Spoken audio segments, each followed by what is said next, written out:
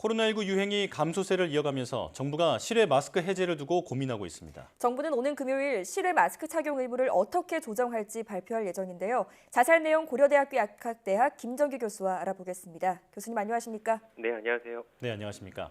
실외 마스크 착용 의무 해제를 두고 정부가 오는 금요일에 계획을 발표할 예정인데 대통령직 인수위원회가 5월 하순 정도의 상황을 보고 판단하겠다고 밝히면서 갈피를 잃은 모양새입니다. 이번 발표에서 어떤 결정이 나올 거라고 보십니까?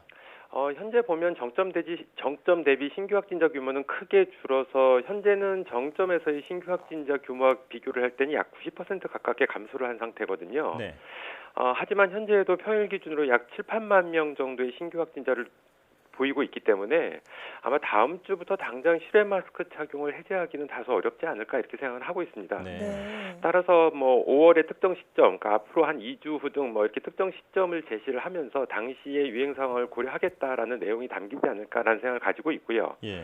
반면에 만약에 해제하는 방향으로 발표가 이루어진다라고 하면 실외 마스크 착용을 완전 해제하기는 어려울 거다 이렇게 보고 있습니다. 네. 사실 현재도 실외에서 2m 거리가 유지된다라고 하면 마스크를 벗을 수가 있는데 사실 이러한 부분을 잘 모르시는 국민분들이 많거든요. 네. 따라서 현재의 지침을 보다 구체화하는 방향으로 정부안이 발표되지 않을까 이렇게 생각을 하고 있습니다. 예.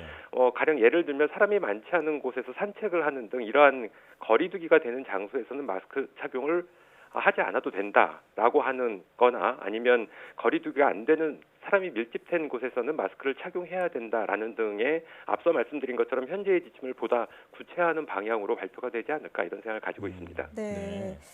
자, 아무래도 고려해야 할 상황들이 워낙 많다 보니까 정부도 지금 고심이 깊을 텐데요. 실외 마스크 해제 기준 가운데 하나가 바로 감염자 수일 겁니다.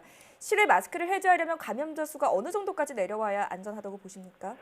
글쎄요. 실외 마스크 착용 해제와 신규 확진자 규모의 상관관계에 대한 구체적인 연구 사례나 결과가 사실은 없습니다. 네. 그렇기 때문에 어느 누구도 어느 전문가도 실외 마스크 착용을 해제할 수 있는 구체적인 신규 확진자 규모를 제시하기는 상당히 어려울 거다 이렇게 판단을 하고 있고요. 네. 굳이 신규 확진자 규모를 제시를 한다라고 하면 약 1만 명 이하 수준까지는 감소를 해야지 보다 안심을 하고 실외에서 마스크 착용을 하지 않을 수 있지 않을까 이런 생각을 가지고 있습니다. 현재 수준에서는 앞서 말씀드린 것처럼 사람의 밀집도에 따라 거리두기가 충분한 장소에서는 마스크를 벗을 수 있다라고 생각을 하고 있거든요. 예. 다만 당연히 집회, 행사, 번화가 등 이게 사람들이 많이 모이는 곳에서는 현재는 마스크 착용을 반드시 해야 된다라고 생각을 하고 있고요. 예. 만일 집회나 행사 등과 같이 어떤 행사의 주체가 있는 곳에서는 마스크 착용을 유도할 수가 있는데 예. 사실 번화가 같은 곳에서는 이러한 조치를 취하기가 상당히 어려운 측면이 있거든요. 따라서 마스크 착용 여부를 두고서 국민들 간의 사회적 갈등이 야기될 가능성이 상당히 있다. 따라서 이러한 부분에 대한 신중한 고민이 필요하다 이렇게는 보고 있습니다. 네. 자, 그렇다면 실외에서 마스크를 벗는다는 게 우리 사회의 사회적이나 경제적으로 어떤 변화로 이어질 거라고 보십니까? 일단 불편성이 사회적 측면이라고 판단을 한다라고 하면 일단 사회적 측면에서는 불편성이 해소되는 그런 방향에 영향을 줄 수가 있다라고는 볼 수가 있는데 네. 경제적으로는 큰 의미나 영향이 없지 않을까 이렇게 생각을 하고 있습니다. 사실 사회적 거리두기는 사회적 그리고 경제적으로 미치는 영향이 상당히 높지만 실외 마스크 착용에 관해서는 이러한 영향이나 의미가 상당히 낮다 이렇게 볼 수가 있습니다. 그렇군요. 자, 그런가 하면 인수위가 전국 단위 대규모 항체 양성률 조사도 시행할 계획이라고 밝혔는데요. 현재 확인된 누적 확진자가 전 국민의 33% 정도인데 실제 항체 양성률은 이 수치와 다를 수도 있다고 보십니까? 실제 만약에 조사를 한다라고 하면 실제 항체 양성률은 감염자 수 비율보다는 훨씬 높을 거다 이렇게 생각을 하고 있고요. 네. 한 적어도 2배 이상은 되지 않을까라고 조심스럽게 예측은 하고 있거든요. 네. 그 대표적인 이유는 실제로 우리 오미크론 유행 상황에서 무증상 감염으로 지나가신 분도 상당히 많고요. 네. 그리고 감염을 인지했음에도 불구하고 자가격리 의무 조치 등 때문에 생계형 샤이 오미크론 환자가 상당히 많을 걸로 이렇게 생각을 하고 있거든요.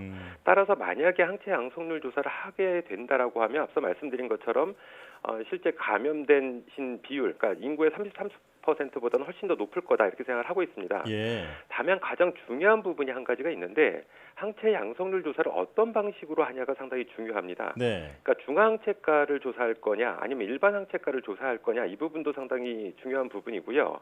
일반 항체가를 조사한다면 항체가 조사에 쓰이는 항원을 스파이크 단백질로 할 거냐 아니면 스파이크 단백질이 아닌 다른 단백질로 할 거냐 이 부분도 상당히 중요합니다. 네.